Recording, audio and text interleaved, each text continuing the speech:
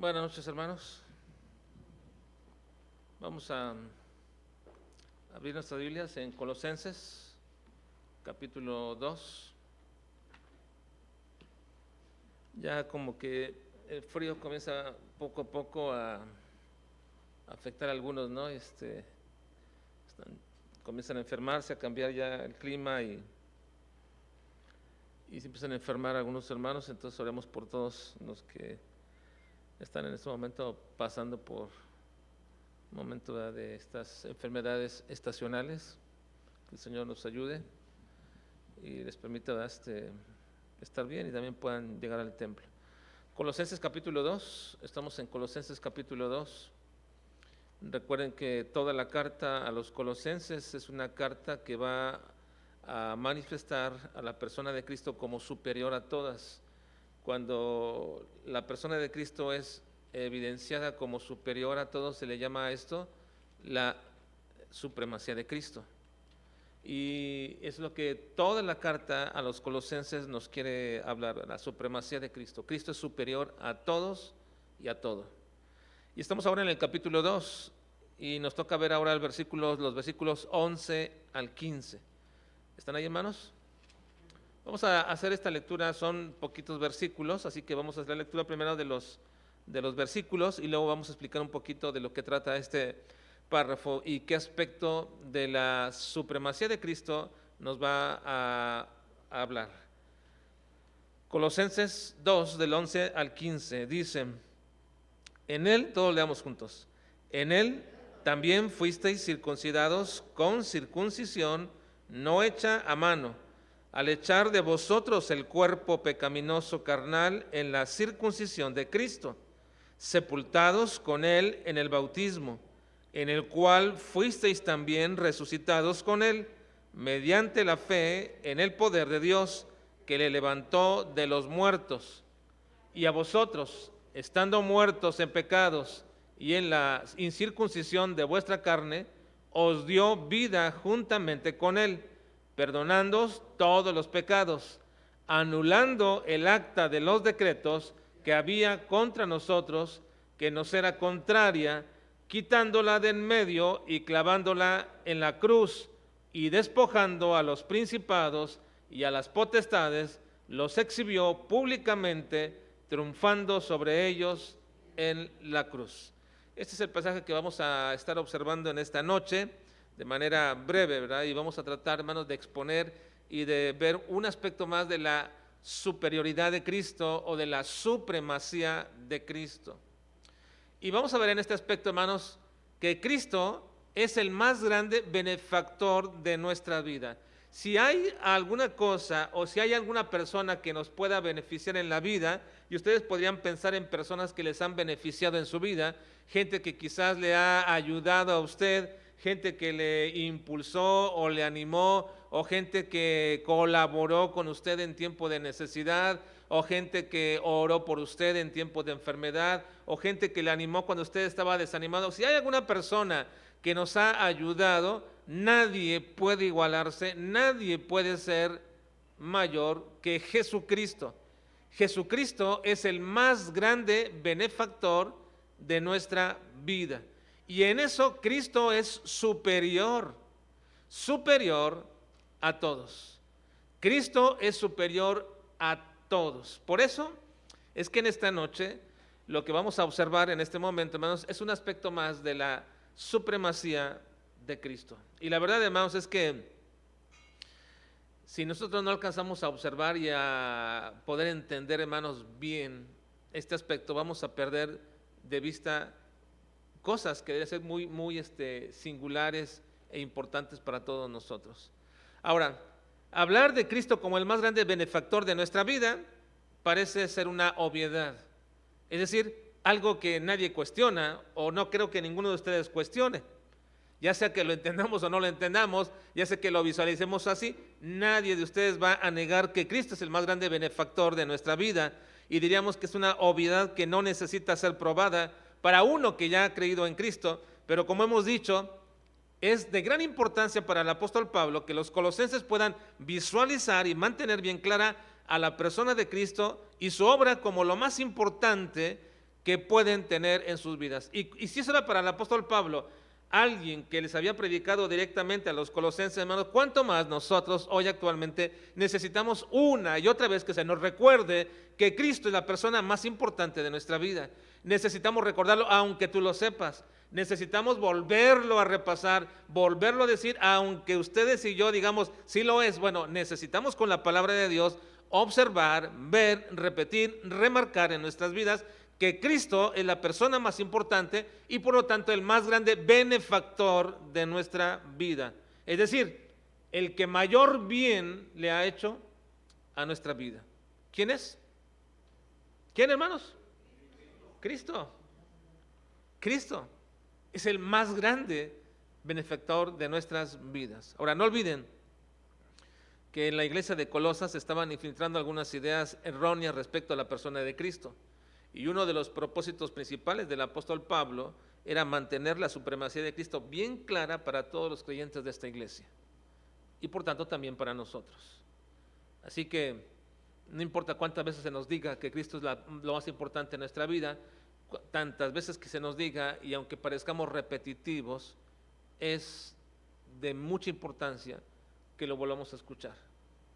La semana pasada vimos que el apóstol Pablo exhortaba a los colosenses a mantener el fervor y el espíritu y amor con que ellos recibieron a Jesucristo al inicio de sus vidas. Y les dice que para que esto se logre, ellos deben estar arraigados, edificados y firmes en la fe. Ahora, uno pensaría que una vez que ya creíste en Cristo, es prácticamente imposible que tú puedas tener dudas acerca de Cristo. Es prácticamente imposible que tú te puedas debilitar en la fe respecto de Cristo. Pero no es así. No es así, hermanos. La mayoría de las cartas de los apóstoles tenían un propósito, y esto era animar a todos los creyentes que estaban pasando por tiempos difíciles en su vida para que no se desanimaran y para que no se debilitaran en su fe en Jesucristo. Miren, el apóstol Pablo, el apóstol Pedro, el apóstol Juan, el apóstol Judas y todos los apóstoles y todos los escritores de las cartas tenían un propósito, y era alentar a los creyentes de aquel momento, de aquel tiempo, para fortalecer su fe. Y uno diría, ¿pero por qué? Si habían escuchado bien el evangelio, habían creído. Bueno, porque, hermanos, es muy importante que entendamos que todos nosotros, como tanto aquellos primeros creyentes, también nosotros, podríamos, hermanos, debilitarnos en nuestra fe. ¿Cuándo, hermanos, nuestra fe en el Señor y nuestra devoción al Señor se vuelve religiosa? Es decir, déjenme explicarles esto una vez más, pero lo diré otra vez. Y ya lo hemos dicho tantas veces. Cuando tú y yo es simplemente una religión venir al templo. Es simplemente sentarme aquí, escuchar como que no sé, allá está, escuchamos, estamos, y de pronto cuando yo te pregunto, ¿verdad, hermano? Y no sé, ¿qué dijo? Estamos perdidos. Porque se ha vuelto una religión en nuestras vidas, la fe en Jesucristo. Estamos perdidos, hermanos, porque nuestra devoción y nuestro culto al Señor no es más que una presencia religiosa aquí. No estamos entendiendo, no estamos captando las palabras, no estamos cantando como deberíamos, no estamos leyendo la Biblia como deberíamos y no estamos estudiando la palabra porque se ha vuelto algo religioso en nuestras vidas. Y eso es un primer paso, hermanos, para que nuestra fe comience a debilitarse.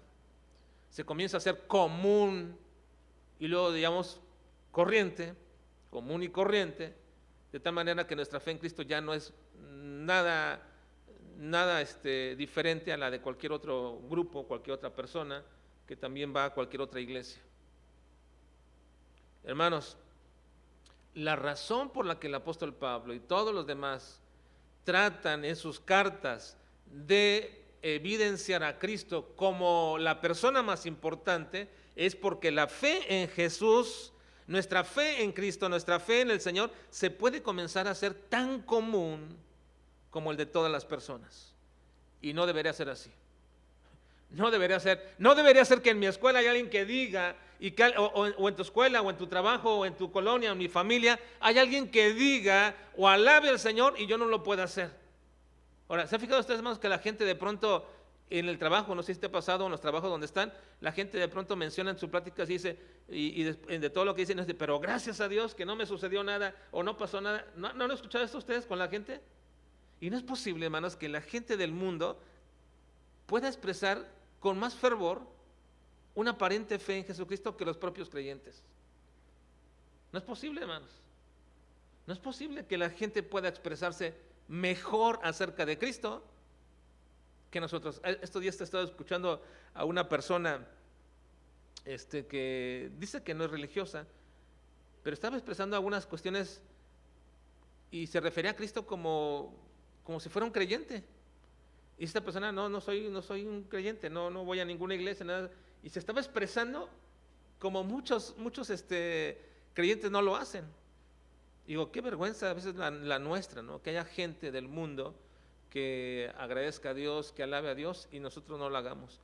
El asunto, hermanos, es que nuestra fe se vuelve tan común y se rebaja porque no hemos logrado poner a la persona de Cristo como superior sobre todas las cosas en nuestro propio corazón. Esa es la razón por la que el apóstol Pablo quiere y le decía a los Gálatas que no se dejaran de mover de su fe en Jesucristo, escuchando a los judaizantes que los querían volver a las antiguas enseñanzas y así minimizaban entonces la obra de la cruz. Miren, Gálatas 3:1, el apóstol Pablo le dice a los Gálatas, no se dejen perder esto, Gálatas insensatos, ¿quién os fascinó para no obedecer a la verdad?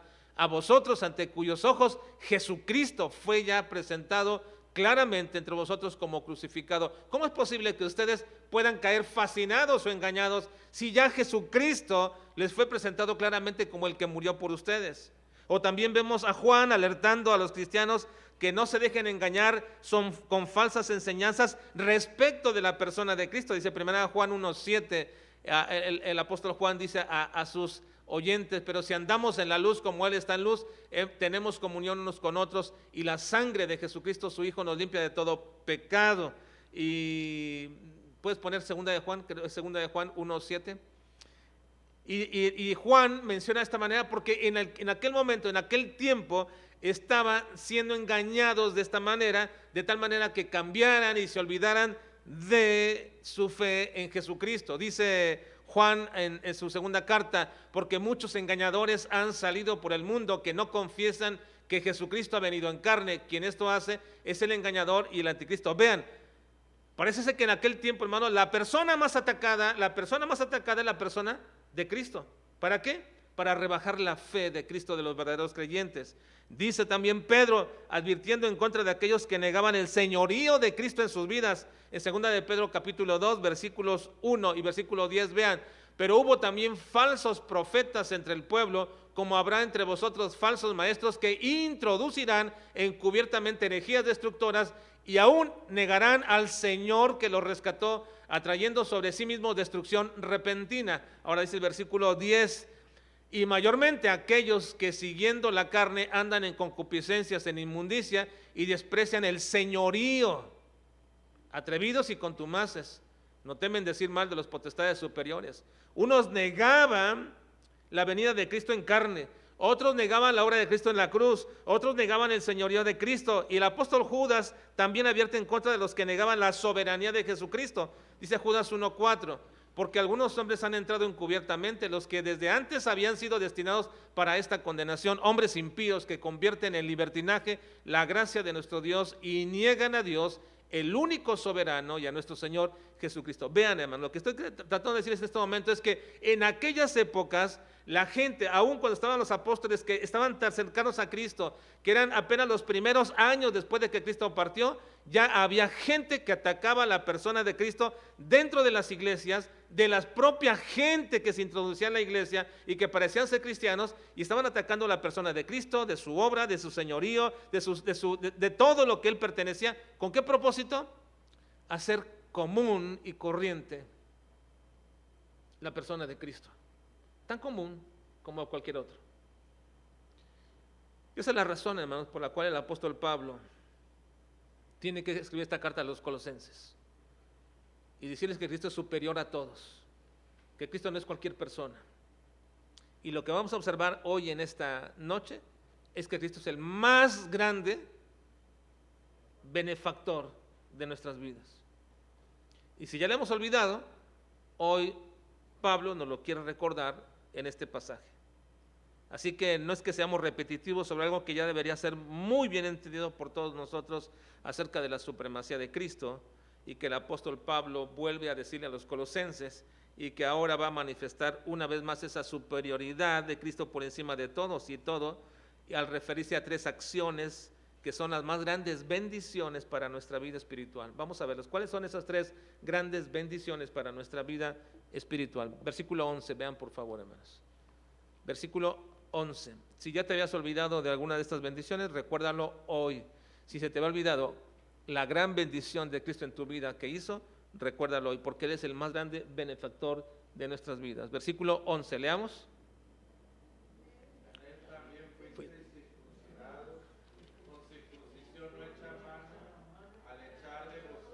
El cuerpo pecaminoso, carnal, en la circuncisión de Cristo mismo. En Él también fuiste circuncidados. Así que una gran bendición en nuestra vida es lo que se llama la circuncisión espiritual. Pablo va a recordarles a los colosenses y también a nosotros que fuimos circuncidados en Cristo. Ahora tú dirás, bueno, ¿qué es esto? Déjenme explicarles un poquito. Parece ser, hermanos, que todos los cristianos de Asia tenían mucha influencia respecto a las doctrinas o enseñanzas judías. No olviden que era una costumbre muy peculiar de los judaizantes. Llegaban a las iglesias donde Pablo o cualquier otro apóstol había fundado una iglesia, y entonces llegaban, se introducían y comenzaban de alguna manera a enseñarles y a decirles que lo que ellos habían creído estaba incompleto, que el evangelio que habían recibido era incompleto. Si ellos no llevaban a cabo ciertos rituales judíos, porque les decían, bueno, si Cristo era un judío y ustedes el evangelio vino de los judíos, entonces ustedes tienen que practicar algunas cosas muy importantes de los judíos, ciertos rituales. Entre todos ellos, el que más querían que la gente hiciera, la gente gentil, ¿cuál era? ¿Se acuerdan? ¿Cuál era?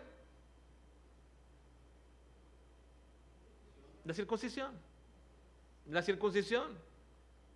Esa era una práctica que querían a la fuerza. Y Pablo dice, los judaizantes se quieren gloriar en su carne. Es decir, para ellos es una gloria escuchar que algunos gentiles se circuncidaron. Y Pablo les va a decir a los colosenses que esta práctica no les va a servir para nada. Ahora, la circuncisión para los judíos era muy importante, sumamente importante. La mayoría de los cristianos colosenses eran gentiles, los cuales nunca habían sido circuncidados físicamente. De hecho, casi ningún gentil era circuncidado físicamente. Pero en un sentido espiritual, dice Pablo, ustedes ya fueron circuncidados. Lo acaba de decir en este momento. Ustedes fueron circuncidados en Cristo. ¿Por qué le dice Pablo a los colosenses esto? Bueno, porque muchos habían venido diciéndoles, si ustedes no se circuncidan, no pueden ser salvos. No van a ser salvos. Y ustedes no están bien espiritualmente si no se circuncidan. Y Pablo dice, momento, ustedes ya fueron circuncidados en Cristo. Pablo les asegura a los colosenses que ellos fueron realmente ya circuncidados, pero en un sentido espiritual. Lo cual, dice Pablo, es más importante que la circuncisión física.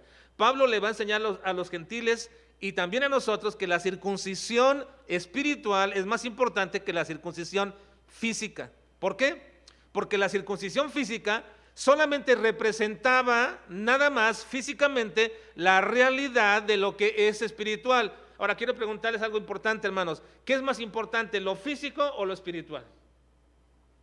A ver, piensen en esto. ¿Qué es más importante, lo físico o lo espiritual? Bueno, usted dirá, bueno, pues para mí es más importante, ahorita en este momento algunos dirán lo físico, porque si no estoy bien, si no como y todo esto, ¿cómo puedo hacer todo eso? Bueno, ese es un engaño en un cierto sentido, pero Cristo continuamente nos dijo varias veces respecto a la comparación de lo físico, de lo material con lo espiritual. Él dijo, por ejemplo, no os hagáis tesoros en la tierra, donde el hollín y la orina corrompen. Haceos más bien tesoros en el cielo, ¿no? ¿No dijo el Señor que no solo de pan vivirá el hombre, sino de toda palabra que sale de la boca de Dios? Hablando de un pan espiritual. ¿Qué era más importante, el pan espiritual o el pan físico? Dirá, bueno, el físico. Bueno, está bien, el físico no puede ser más importante. El físico es necesario para que vivas, pero lo más importante es el pan espiritual. Lo más importante no son los tesoros aquí en la tierra, sino los tesoros en el cielo. Y así continuamente el Señor hace una comparación entre lo físico, material y lo espiritual. ¿Y cuál pesa más en algunas personas? Ahora, déjeme decirle lo siguiente. La circuncisión física solamente representaba la circuncisión espiritual. Nada más. Es decir, lo físico está representando algo espiritual. Entonces, ¿qué es más importante? ¿Lo físico y material o lo espiritual? Bueno, decimos lo espiritual. Ahora le pregunto, ¿qué es más real? ¿Qué es más real? ¿Lo físico o lo espiritual? ¿Qué creen? ¿Lo físico? No, hermanos. No, porque lo físico fue hecho de lo espiritual.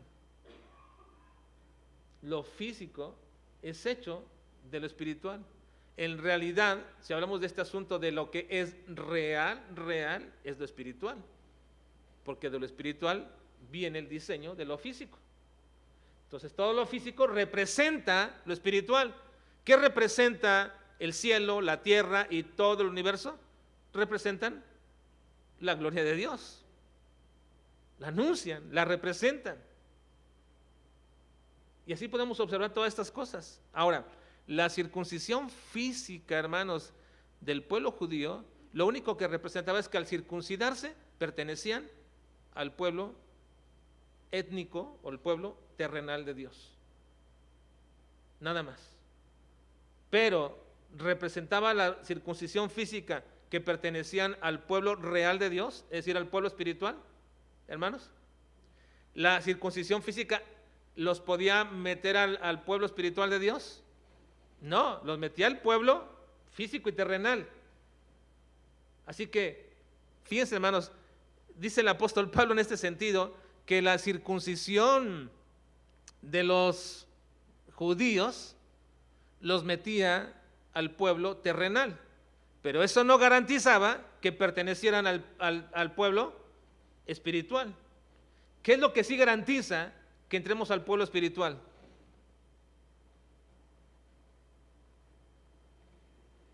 La circuncisión espiritual.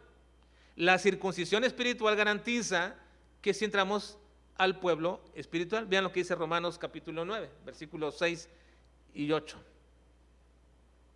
No que la palabra de Dios haya fallado, porque no todos los que descienden de Israel son israelitas, ni por ser descendientes de Abraham son todos hijos, sino en Isaac te será llamada descendencia. Esto es, no los que son hijos según la carne son los hijos de Dios. Vean lo que Pablo está explicando. No los que descienden de Abraham ni los que son israelitas son en realidad hijos de Dios. No lo son. Por eso dice el versículo 8, esto es, no los que son hijos según la carne son hijos de Dios, sino los que son hijos según la promesa son contados como descendientes. Vean lo que Pablo está explicando. ¿Cómo entraba una persona al pueblo de Israel? ¿Cómo se introducía una persona al pueblo de Israel? Mediante la circuncisión física. Y por eso a Abraham se le ordenó y se le dio el pacto que circuncidara a todo hijo, y que el que no fuera circuncidado no podía pertenecer al pueblo de Israel. Así que la circuncisión física solamente garantizaba la entrada al pueblo de Israel, pero no garantizaba la entrada al pueblo de Dios. Y lo aclara Pablo. Los que son de Abraham y los que son de Israel, en realidad no quiere decir que sean hijos de Dios. ¿Quiénes son los hijos de Dios? Los que son circuncidados espiritualmente en Cristo. Así que Pablo les está diciendo a los colosenses, ustedes tienen la circuncisión necesaria para ser hijos de Dios, porque fueron circuncidados en Cristo. Pero ustedes van a decir, bueno, entonces, ¿cuál es esa circuncisión? ¿Cuál es esa circuncisión espiritual? Bueno, Pablo dice en este versículo, véanlo, ¿cuál es esa circuncisión espiritual? Versículo 11, dice, en él también fuisteis circuncidados con circuncisión no hecha a mano, o sea, no física. Entonces, para empezar, ¿no es una circuncisión qué? Física. Al echar de vosotros el cuerpo pecaminoso, carnal, en la circuncisión de Cristo. Pablo dice que esta circuncisión no es física, no es hecha con mano, y esta física se hacía quitando el prepucio en el varón. Bueno, está tomando Pablo ese ejemplo físico para establecer un ejemplo espiritual y real. ¿Qué dice? ¿Cómo se hizo la circuncisión? Cristo quitó el cuerpo pecaminoso carnal. Cristo quitó el cuerpo pecaminoso carnal. Ahora, ¿qué significa eso? ¿Que ya se quitó de nosotros la naturaleza pecaminosa? Hermanos, ¿se quitó la naturaleza pecaminosa? No, pues todavía seguimos pecando. Seguimos pecando. Ojalá fuera quitada esa naturaleza pecaminosa, pero no, seguimos todavía pecando. No significa que ya no pecamos, sino lo que hizo el Señor fue quitar de nosotros, hermanos, esa parte del corazón que nos tenía esclavizados a pecar sin ninguna otra opción. El hombre carnal, el hombre con naturaleza carnal, el hombre que no está convertido a Cristo, no tiene ninguna otra opción más que pecar, pecar y pecar, porque esa es su naturaleza. No tiene ninguna otra opción. No puede, le dice la palabra del Señor, no puede hacer ninguna otra cosa más que solamente lo que su naturaleza pecaminosa lo inclina. Así que, ¿qué hizo Cristo? Quitó de nuestro corazón ese candado, esa atadura, esa raíz del corazón que nos inclinaba solamente a pecar. Y al quitarla, ahora tenemos dos opciones. ¿Cuáles son? Pecar o caminar en santidad. Pero ya hay dos opciones. Antes no podíamos. Ciertamente seguimos pecando, pero está en nosotros una nueva naturaleza que se opone para que ya no pequemos. Vean cómo Pablo explica esto precisamente en Romanos capítulo 7, versículo 21 y 25. Vean, dice,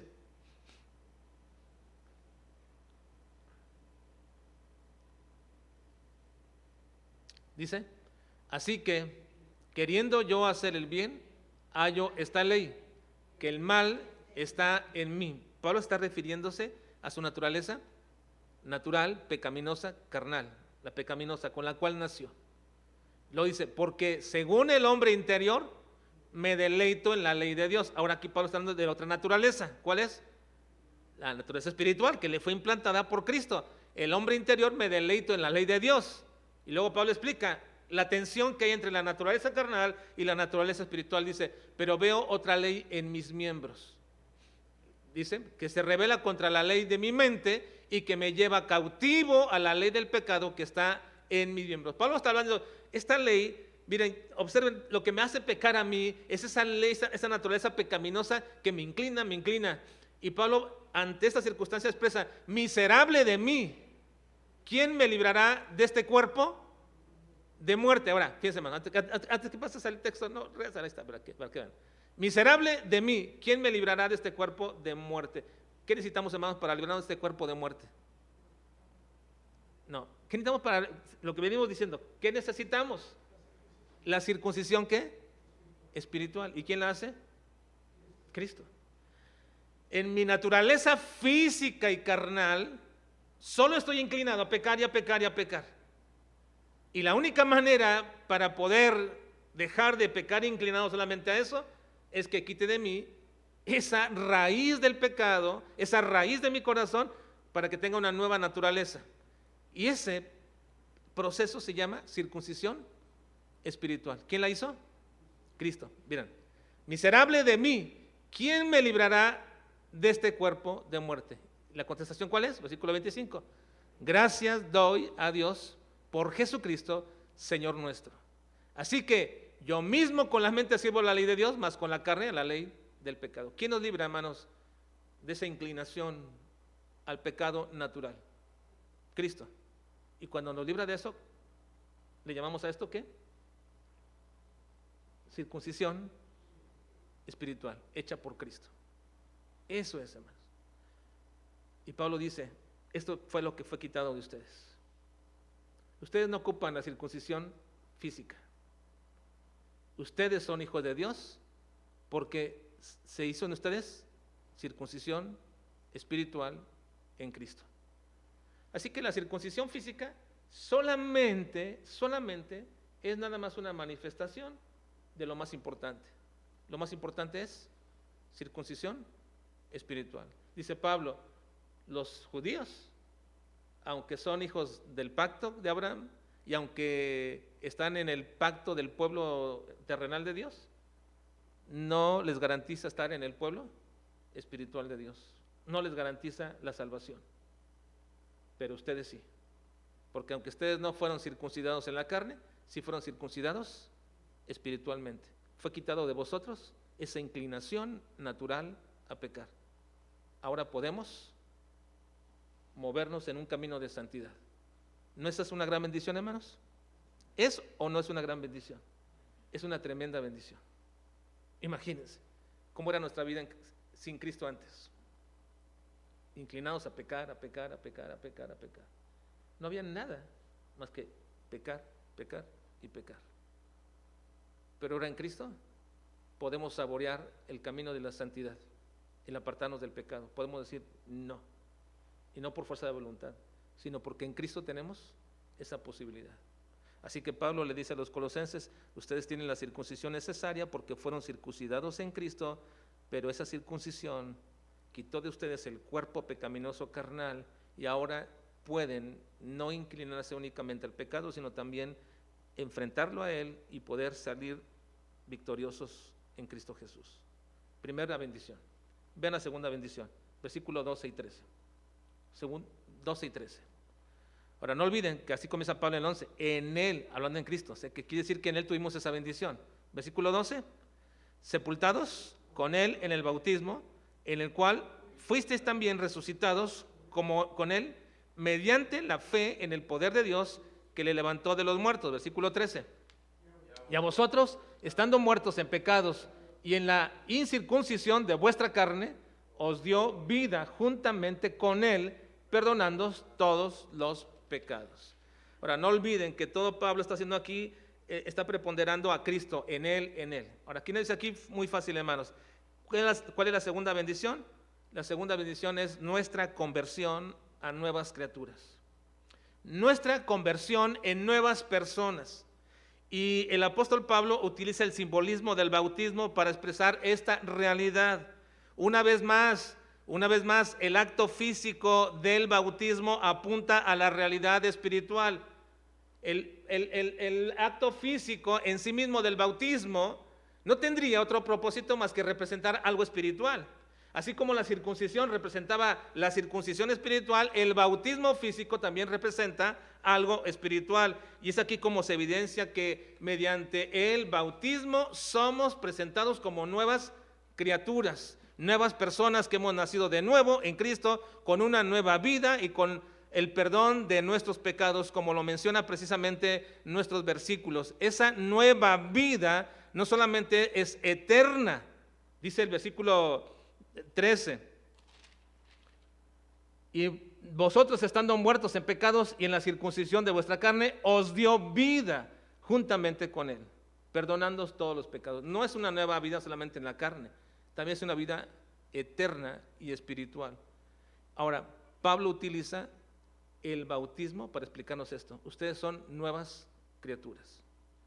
¿Y cómo lo hace Pablo? Pues diciendo, fuimos sepultados con el bautismo en Cristo, fuimos también muertos con Cristo en el bautismo y también resucitamos con Cristo en el bautismo. ¿Qué significa eso, hermanos? Ser muerto, sepultado y resucitado con Cristo. Pues que ya hemos resucitado a una nueva vida. Somos nuevas personas. Y Pablo lo explica en muchos pasajes, pero aquí hay un pasaje donde lo explica otra vez. Romanos 6, 3 y 4. Dice, ¿o no sabéis que todos los que hemos sido bautizados en Cristo Jesús hemos sido bautizados en su muerte?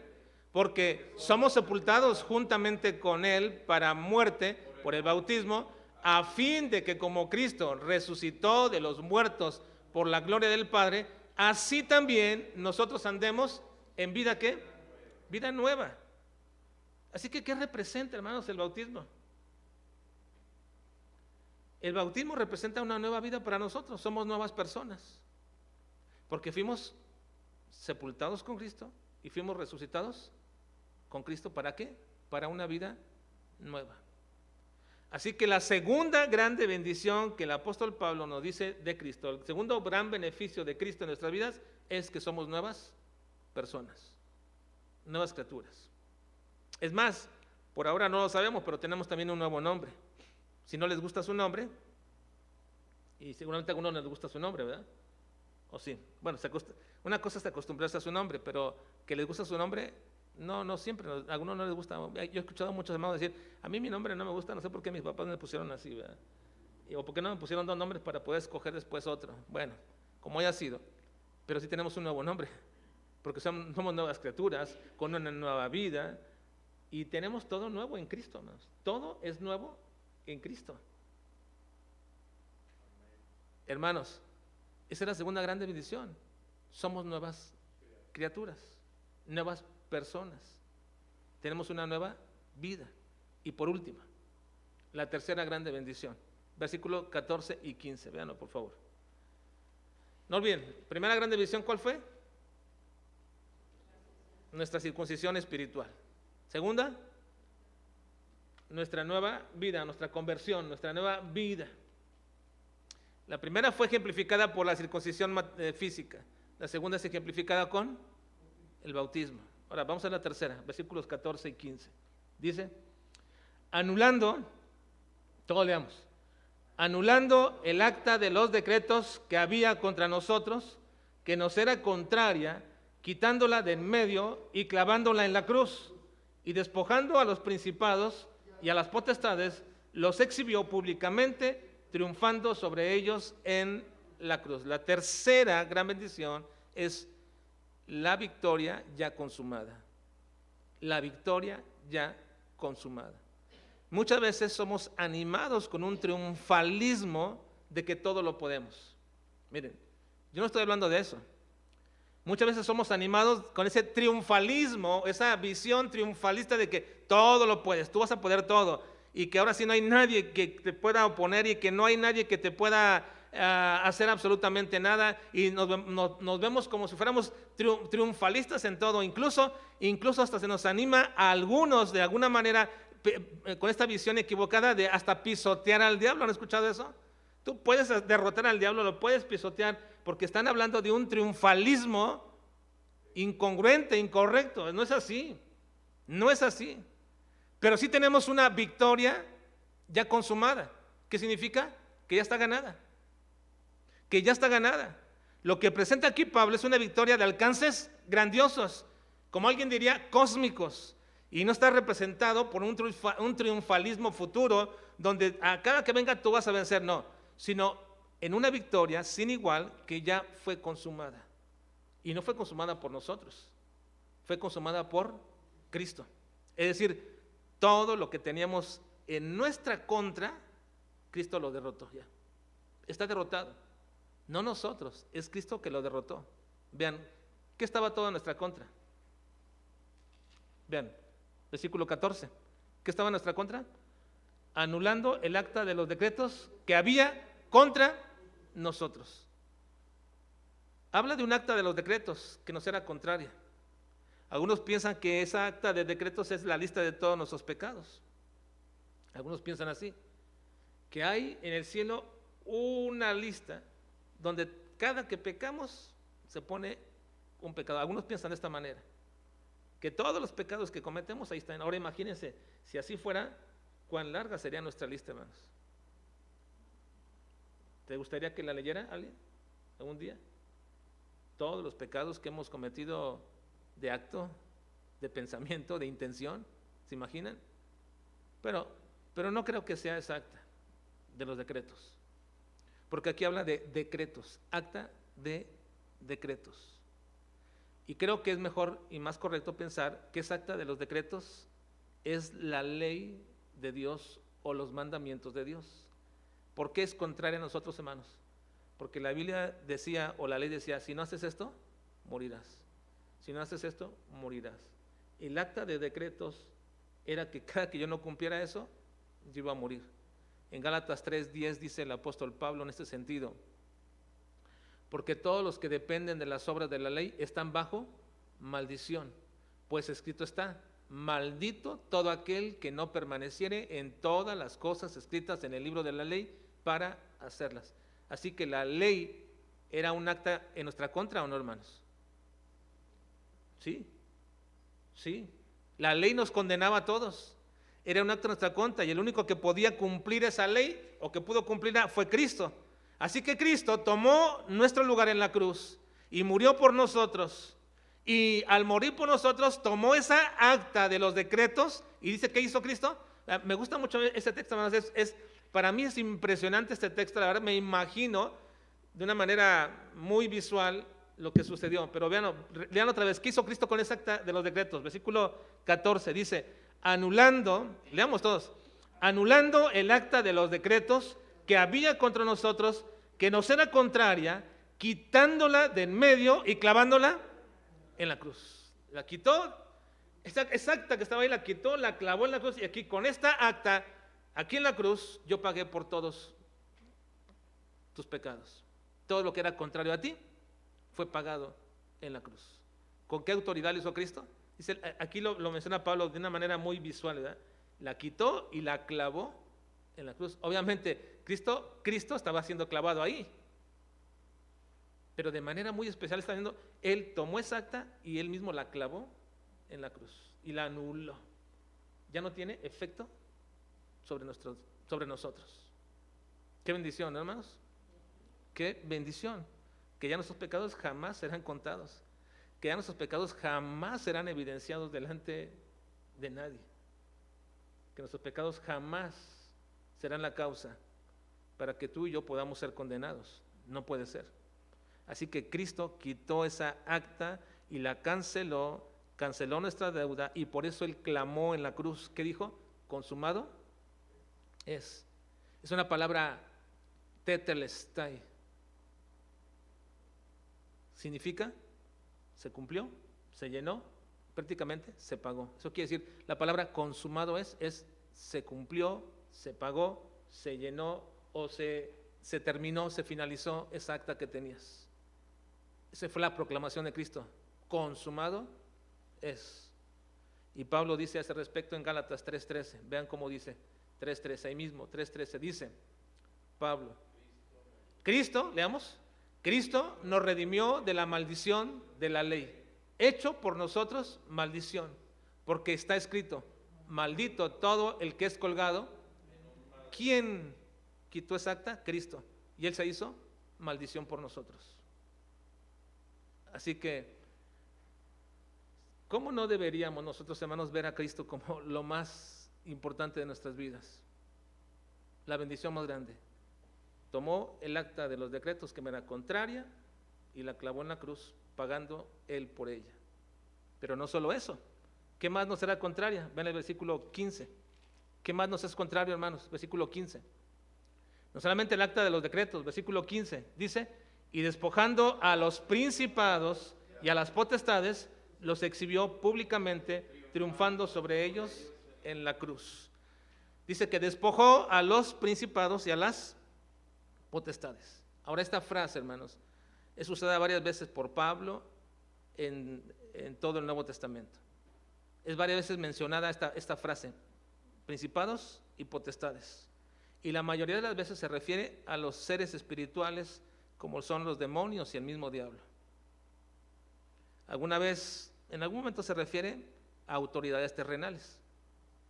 Pero el asunto aquí, hermanos, cualquiera que sea, autoridades terrenales o demonios mismos y el diablo, el asunto aquí es establecer que ya ninguno, ni autoridad terrenal, ni ninguna potestad del cielo, llámese diablo o sus demonios, tienen autoridad ni gobierno sobre nuestra vida, ya, no lo tienen. No tienen más gobierno sobre nuestra vida. A ustedes, no sé si a ustedes les da miedo de pronto estas cosas, hermanos. ¿Han estado alguna vez en una situación así donde hay presencia demoníaca o con alguien que ha sido poseído? Bueno, dicen no, pero si algún día les pasa, van a ver cómo se les va a erizar todo el cabello de su cabeza. Van a ver cómo va a ser esto. Yo he estado en varias ocasiones así. Pero miren, dice la Biblia, hermanos, que no hay ninguna autoridad de ellos sobre nosotros. Nada. ¿Qué hizo Cristo? ¿Qué palabra usa? Los despojó. Los despojó Cristo. Los despojó de ese poder, de ese miedo, de ese temor que nos podían infligir y que podían ellos ostentar sobre los hombres, y los exhibió ¿Cómo los exhibió? Como perdedores, sin poder. Están derrotados. Así que no se trata de que yo vaya y pisotee al demonio, no.